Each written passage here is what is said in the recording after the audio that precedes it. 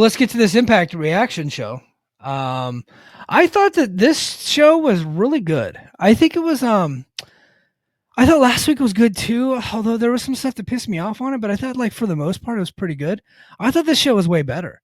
Like I think last week I thought the pacing was good. Some of the action was good. I'm digging some of the stories they got. I think the storylines right now are pretty good actually.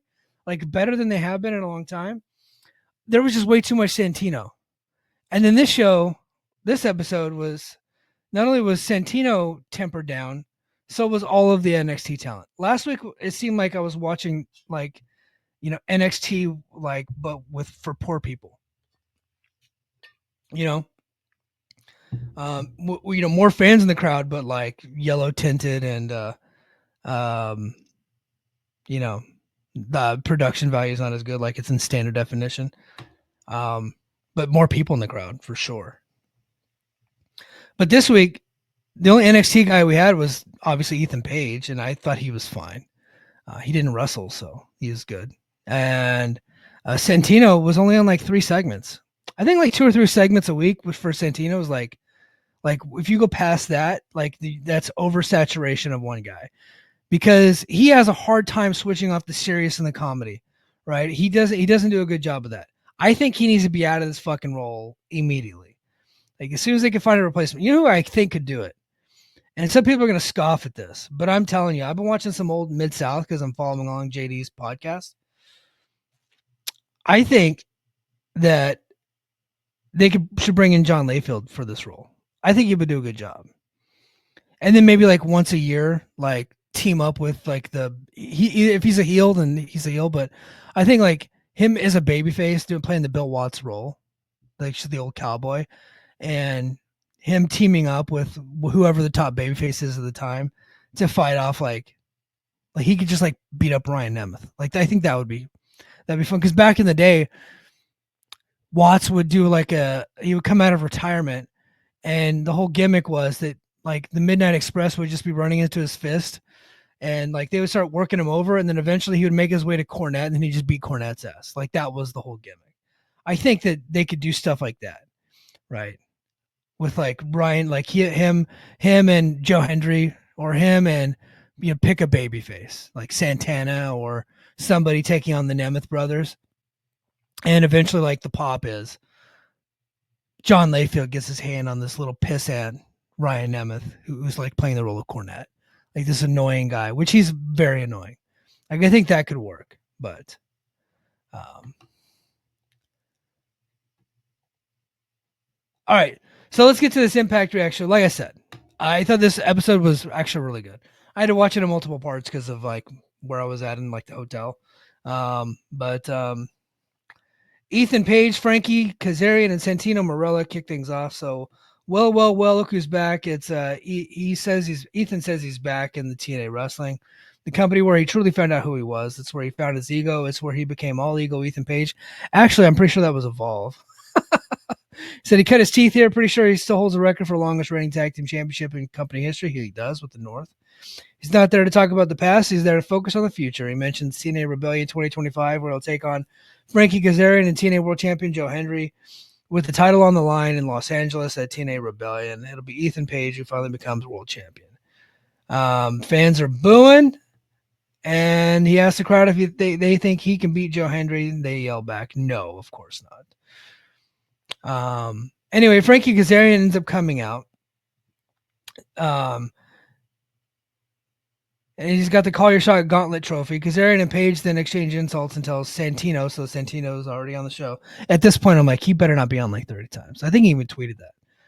Anyway, the shot caller comes out and tells Kazarian and Page that Joe Hendry will be out here later tonight, and he will be talking about something that'll affect both of them. So the story is, and this actually got picked up by like some of the news sites, News with a Z.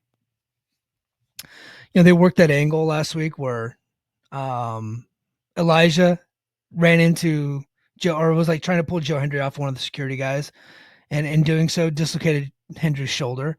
So they're teasing the match with Elijah. Okay. Very subtly, they're taking a page out of WWE's playbook in a good way, I think. I think that is a good way to steal from the top company in the world. Okay. So they're it's a very subtle storyline. They're very clearly teasing Elijah versus Joe Hendry. In not so subtle ways, they're doing those promos where Joe Hendry's like bringing it up. It's like, I think you're going to turn on me one day. So like that's not so subtle, but like Elijah like aggressively trying to like pull him to safety and doing so dislocating his shoulder. That's the subtle part is what I'm talking about. Okay. Well, that gets picked up by some of the news with the Z sites. And they're saying, I think Joe Hendry's really injured. So it's like, no, it's very clearly a storyline. And so that's playing out in this week's episode. And I thought Joe Hendry played his role well. After the opening segment wraps up, the show settles backstage where GM Miller is standing by with Macklin. He talks about his three-way match at TNA Championship International Tournament tonight. He knows the system's lurking, but he doesn't need the armory or anyone watching his back. And just as he says that, Eric Young, who must have known Macklin was going to be in an interview, maybe saw it on the call sheet. He's like, well, I better go interrupt this fucking thing. Young and the North Ren, as Jay Chung used to say, armory, interrupt him. Young tells Macklin he knows the system will get involved and it'll be bad. He says whether Macklin wants it or not, they will be watching and they will have his back. Well, that wasn't exactly true. Now, was it? Macklin tells him he's going to tell him one last time he doesn't want their help. He wants them to stay out of his business and he walks off. The show heads into a commercial break. I don't need to say that part. That's like me doing my Anchorman impression. It's like I don't need to read the part of the report that says heading into commercial break. Then we got Ace Austin defeats Mustafa Ali. Well, kinda. This was one of those where I was like, they could have a really good match. In fact, I think they have before. And they're telling a story, so they just screwed it, right? So they're doing their match. The great hands provide a distraction. Ali rolls up Austin, but Austin kicks out and sends Ali to the floor. Ali gets caught by the great hands. Austin runs and dives, takes out all three. Steals and Austin go face-to-face. John Skyler tries to attack Austin from behind, but Austin moves and decks him. Hodge tries next, but Austin avoids him as well. Ali lays out Austin with a steel chair. Boom. Disqualification. So they just had a match for the sake of a match. He gets himself disqualified. And then he's about to like break Ace Austin's neck and in the ring, and then Santana kind of comes up from behind. Sorry about that. Let me get a swig of water for Santana. So Ali tries to mid-motion and sneak in a chair shot of Santana. As he approached the ring apron, but Santana avoided it. Ali hightails it out of there with the great hands and steals. They got to change the name of the great hands. Can't they just be called like the agency? Or I know Layfield had the cabinet, but this is a similar gimmick. Can they just be called the cabinet or the agency? You know, I think that's what they called, or the service, like the Secret Service. You know what I mean? Or just, I don't think you want to call them the Secret Service. You certainly don't want to call them the SS. But if you want to just call them like the agency or the service or the cabinet, something like that, the Great Hands has got to go. It's a stupid name, and it's been stupid since day one.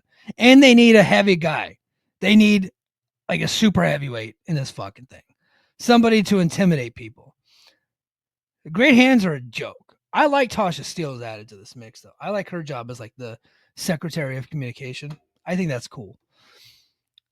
And then you got the two lackeys, two shitheads. Now you need somebody like super serious behind Ali that actually scares people. You got to bring in somebody big. What happened to that Josh Bishop guy? I thought he got hurt, but he should be healthy by now. They brought him in and to be with AJ Francis. I would put him in this group instead. Yeah, Ali, like with a bunch of whites working for him. I think people like that. Be cool. All right. Show returns. Ali, Skyler, and Hotch and Steels are scurrying through the backstage area trying to get out of there. They make it into the parking lot and reach their car, and they quickly get in and their driver to hit it. The driver turns around to reveal it's actually Santana, so he's doing the whole Undertaker thing. Where to, Stephanie? With a big laugh, locks all the doors, and like he's kidnapped Stephanie McMahon. That was one of the greatest episodes of Raw ever. Like now I'm looking back, that was probably pretty stupid.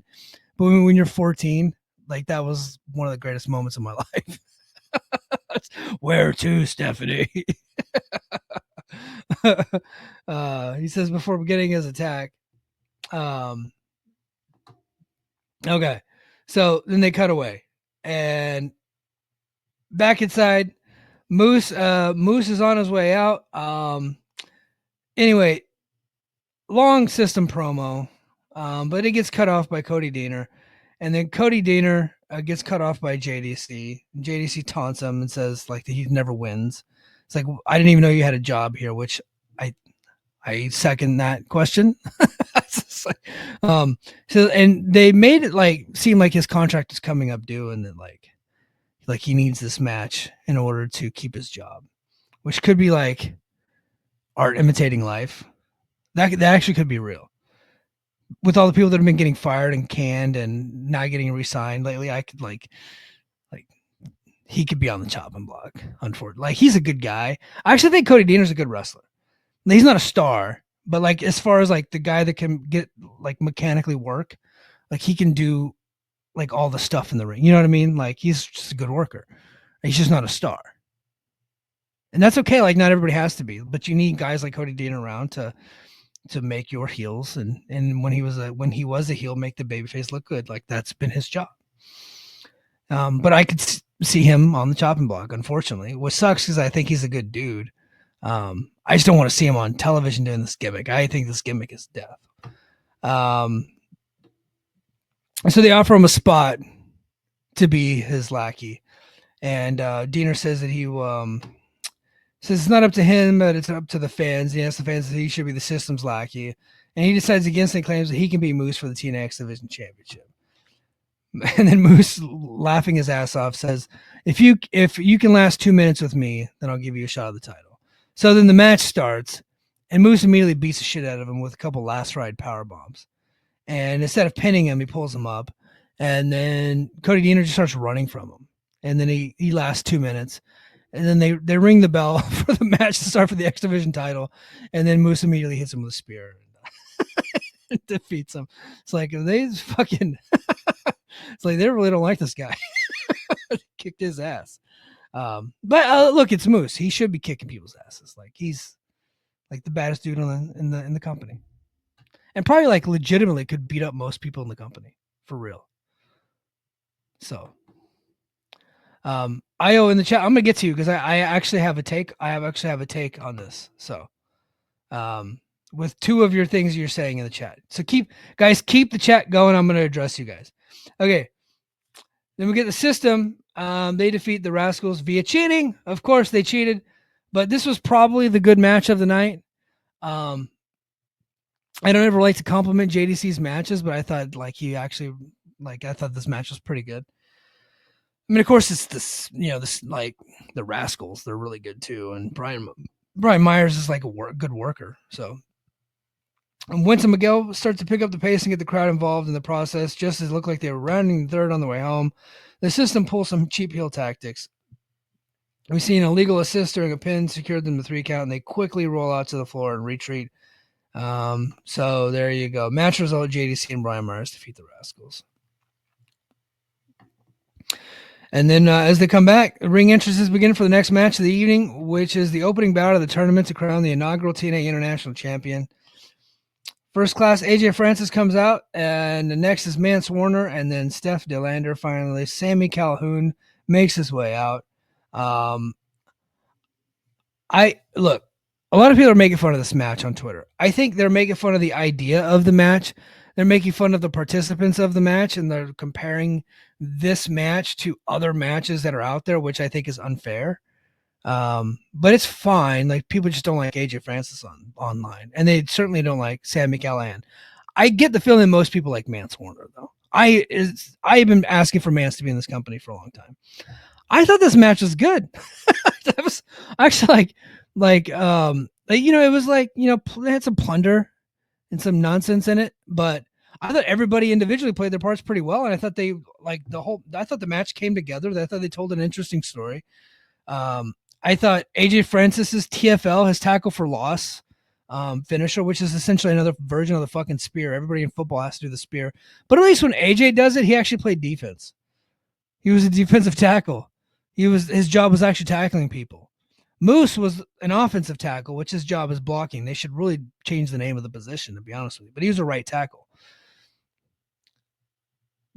AJ Francis was an interior defensive lineman, so his job was to tackle the fucking running back or the quarterback, right? So too slow to tackle wide receivers. He probably never had to tackle a wide receiver, but I get the feeling he probably tackled a running back or a quarterback. So, but he got the victory, and he is going to be heading to the finals of the TNA International Championship Tournament. It wraps up at Unbreakable next Thursday. So there you go. But I thought this match was fine. I actually enjoyed the match, but I also I've actually never been like a Sami Callihan hater. I worry about him because after his injury, he just gained like a ton of weight, and it has slowed him down considerably. And I always felt like some of the spitting stuff was kind of like you just didn't need it, and like the paper cut stuff I think is played out at this point. He's like changed things up a little bit. I'd like to see him get a little healthier and maybe switch up some of the moves that he does. But I don't know. But the paper cut thing actually worked in the live crowd. So what the fuck do I know? But like just for my taste, I'm just like not interested. When the show returns, Calhoun is in the dressing room with a fire up man. Santana Marella is asking, "What the hell was that?" Oh yeah. So at some point during the match, he actually took his thumb and tried to rip Mance Warner's eye out. He talks about how violent Callahan and Warner got moments ago during the TNA match. Callahan said, "This ain't a joke. He wants to finish things once and for all with Warner." Santino asks Callahan what's it going to take to make that happen, and he demands a barbed wire massacre bout with Warner at TNA Unbreakable. I think this is Sammy and Mance's wheelhouse is the barbed wire massacre. And I think Sammy really has started to come alive again in this feud with Mance. I felt like a lot of his other feuds, they were really stopped and started, and he didn't really mesh well with the talent that he was working with. In fact, I think his last good feud was with Eric Young, and before Eric Young went back to WWE. But he's had, like, as far as TNA goes, like several, like I thought the Eddie Edwards, like they had some good matches. I thought probably too many, honestly. Like they even did a barbed wire massacre thing at one point. Rich Swann, he had really good matches with Rich Swann. Obviously, the Kenny Omega match I thought was probably Kenny Omega's best match in TNA when he had that run, outside of that trios match. And then Eric Young, Pentagon Jr., obviously. So he's had some really good feuds in this company. And so I think that Mance Warner is bringing something out of him that we haven't had in a long time. The problem is he like healthy enough to execute on the good match? We'll see. But with Barbed Wire Massacre, it's probably something like he can get around some of his limitations right now with some of the injuries and health issues that he's having. So we'll see. This has the chance to be something really, really special and good. And kind of maybe bring Sami Callihan back to that guy that we used to have a few years ago before the injury in that match with Moose. So, and I hope we get there, man. And then I hope the best for Sami. I just want to see the guy healthy again. Now, putting him in a barbed wire match is not going to get him healthy. So, Leon Slater then defeats Ryan Nemeth. I thought this was fine. Ryan Nemeth stinks as a wrestler, but that's kind of his gimmick. Like his gimmick is he sucks. So like, and then like he has to cheat and like, thwart the babyface and all this stuff, and then the babyface catches him and then just beats his ass. And so he tried to cheat for a little bit. The Hardys came out, interfered. He hit the Swanton 450, and I thought this was fine.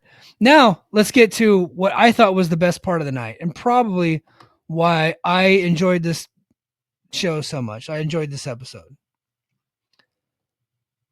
IO Production says, whoever did these Santana segments needs a raise. I agree. I completely agree. I thought this was great. I know some people are offended by the AA stuff, and I get it. But as a guy that's been in AA for like 13 years, I'm not offended one bit. It's like, in fact, I think it's kind of cool, like that they're bringing like a piece of my world into pro wrestling. I actually enjoy that. And this is not the first time that like sobriety has been a part of pro wrestling.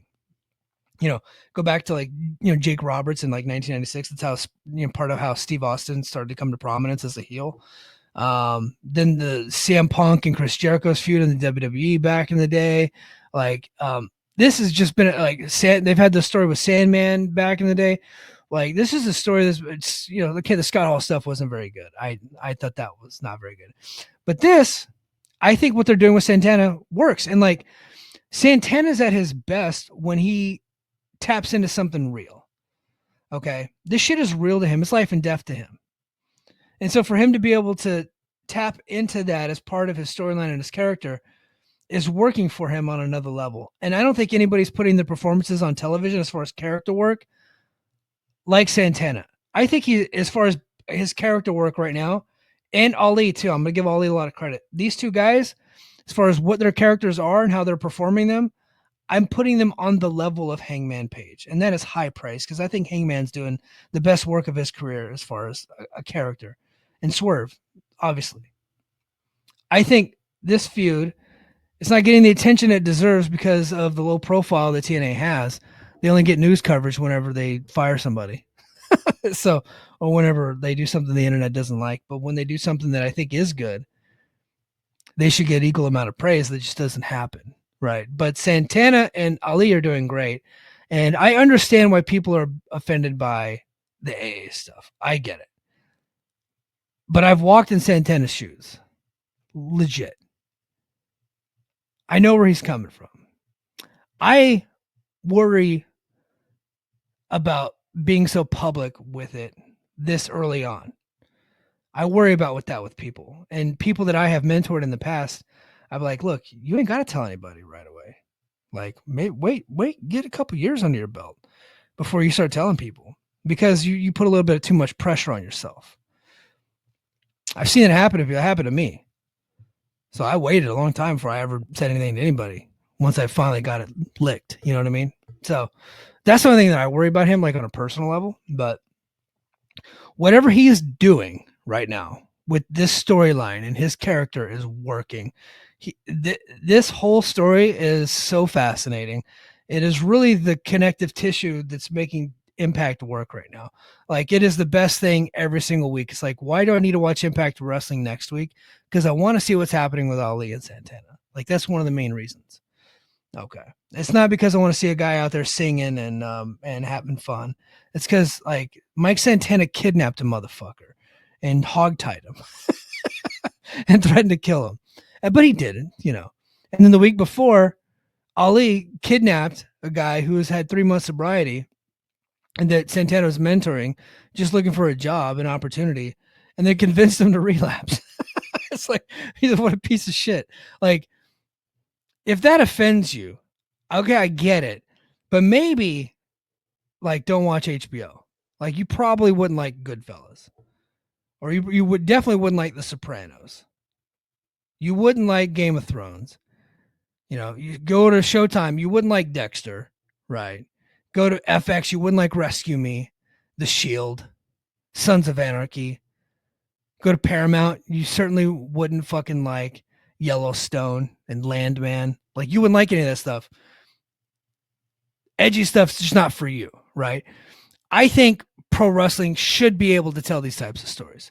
I understand that it can make people a little bit uncomfortable, but sometimes art makes you uncomfortable, right?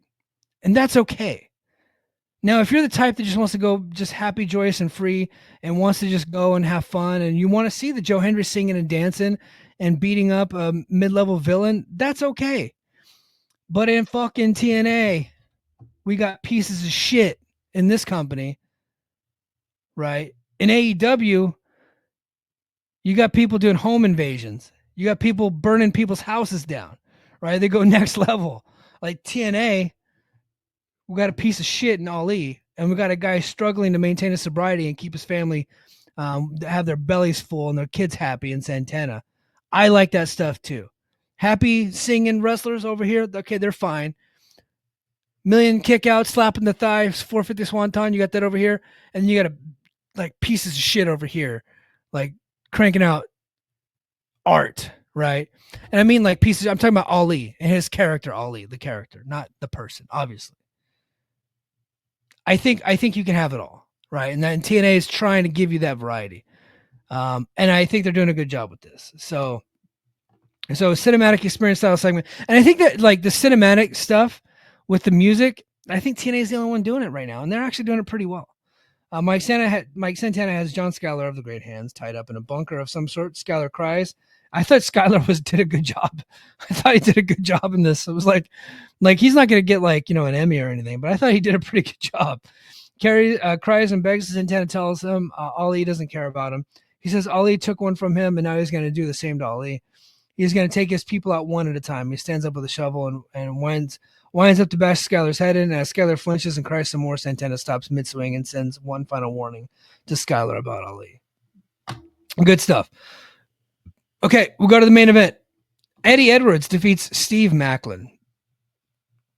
Well, they're telling a story, so I'm not too mad. And because Edwards defeated Macklin, I think Macklin's going to get the victory at Unbreakable.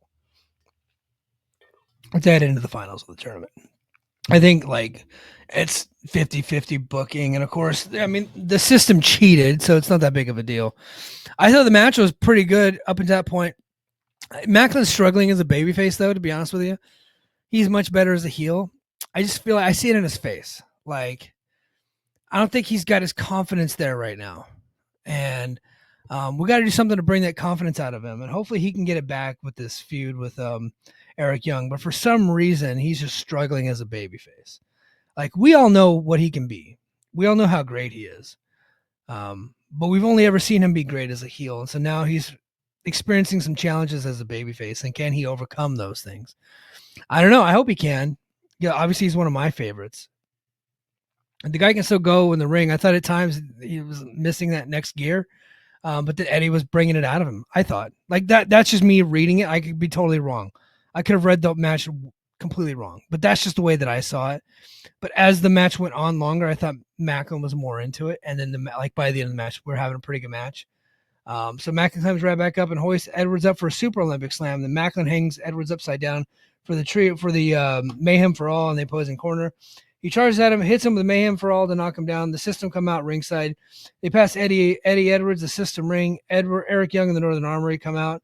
Young stops Judas and Williams from helping Macklin. Edwards drills Macklin with the System ring and then follows up with the Boston Knee Party for the pinfall victory. And then Joe Hendry comes out. I'm not going to do a play-by-play of this. But he puts on. I thought he did a pretty good performance, but he teased that he was not going to be at Rebellion because he's got a issue with his shoulder. Well, I guess he's going to be at Unbreakable too, and he's throwing out the first pitch at a AAA baseball game. But so he said that he has a rotator cuff issue. The doctor said he couldn't go, but he said screw the doctors, and he's going to be at the main event of Rebellion. Some people in the audience bought this, especially I think there's a couple of kids. They bought it. So Kazarian then comes out to taunt Hendry over his rotator cuff injury. He tells him he's not at 100%. There's no way he can compete with the king of TNA. He tells Hendry that he makes a mistake of caring about the stupid fans. He says he'll be a beast at TNA Rebellion. He'll expose Ethan Page and finally get his hands on Hendry, beat him and become the TNA World Champion. Hendry asks if he just said he can't wait to get his hands on him. Hendry tells Kazarian 1 week before Rebellion at Unbreakable there's going to be a tag match. It'll be Kazarian and Tessa Blanchard taking on the Knockouts champion Masha Slamovich and TNA World Champion Joe Hendry. And then Hendry's theme hits to wrap up this week's show. I thought this was a pretty good episode. I liked it. I'm curious to hear what everybody else thought about the overall episode. Let's see. Io. I wanted to get to this comment from Io. So Duke Hudson is the guy for the role, Mike. That's interesting. Duke Hudson's 6'5", right? The problem with Duke in that role is that he's not like an evil beast. He is kind of doing some character work right now, kind of doing some comedy, some drama type stuff. I do like Duke in this company. I know I'm always like the guy saying, yeah, quit signing all these people off the scrap heap, but I think Duke's an exception. I think he fits the company. I think that he's the type of guy that never made it in the WWE. And I don't think it was his fault. There's just so many people there, and sometimes WWE misses on people. Look at Swerve. They missed on Swerve. Significantly missed on Swerve. I think they might have missed on this guy too. Let's see. Io says, by the way, there was an exclusive on TNA Socials. Tessa attacked Johnny Rods, who trained Masha. Yeah, that's true. I didn't miss that, but yeah, that was a story going around. Don't know why TNA didn't include that. Yeah, you would think that they would add that. Like, that's a layer to the story. Maybe they'll get more into it next week. Maybe. You would think, though. But back to Duke Hudson. I think this is a guy that TNA should really go for. Now the problem is they have so many people from NXT. Like, look at that. Look, like, not counting the people that are currently working in NXT. Look at who used to work in NXT. That's why the perception is, and I see it. The perception is this is like an NXT wasteland. But I think you got to go for Duke. So, like, if the guy's there and he's available, you go for him. Look, good news is we're not getting Good Brothers. We're not. No Good Brothers here. So Good Brothers looks like they're going to be working MLW New Japan. They're teaming with the Young Bucks coming up. I could see them eventually talking themselves into AEW, or not. I could see them talking their way into AEW, if that makes sense. But IO says, what's AEW's excuse? AEW was a startup company and they had to hire a bunch of people from all over. But they hired people from WWE, mostly New Japan, ROH, and TNA, right? But lately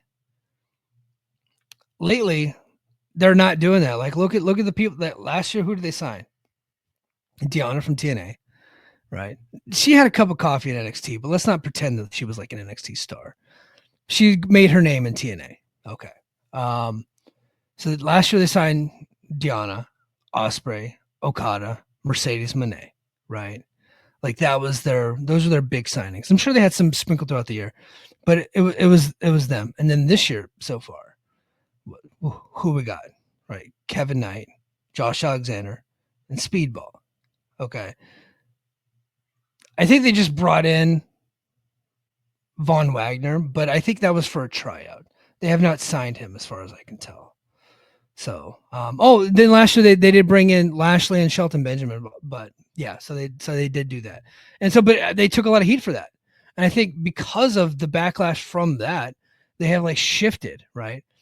TNA doesn't have their kind of money, and their roster is so small. So when they have like a significant amount of talent pool from NXT, it looks like way bigger. You know what I mean? Because they don't have that many spots on the roster. So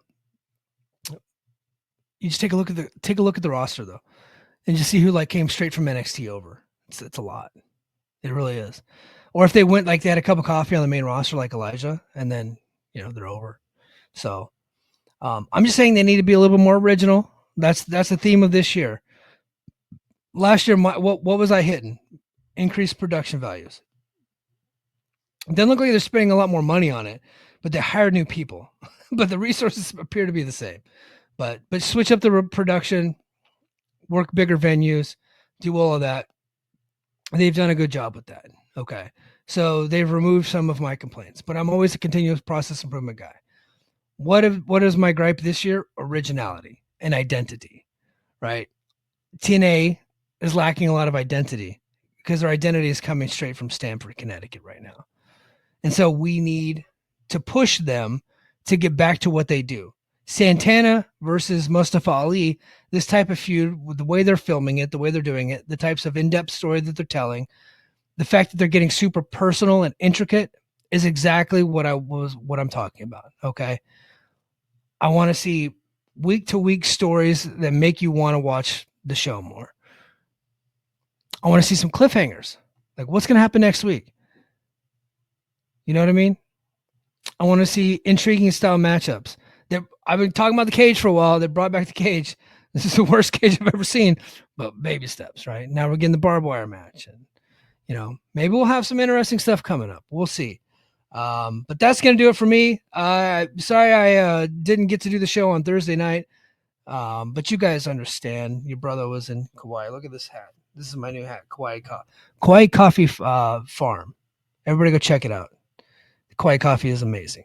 But yeah, that is going to do it for me this week on Brace for Impact. I thank you guys for being here. And until next time, mahalo. Brace for Impact is coming fast. holds your breath, but it won't last. The walls are closing in, I'm barely standing tall, but I'll survive.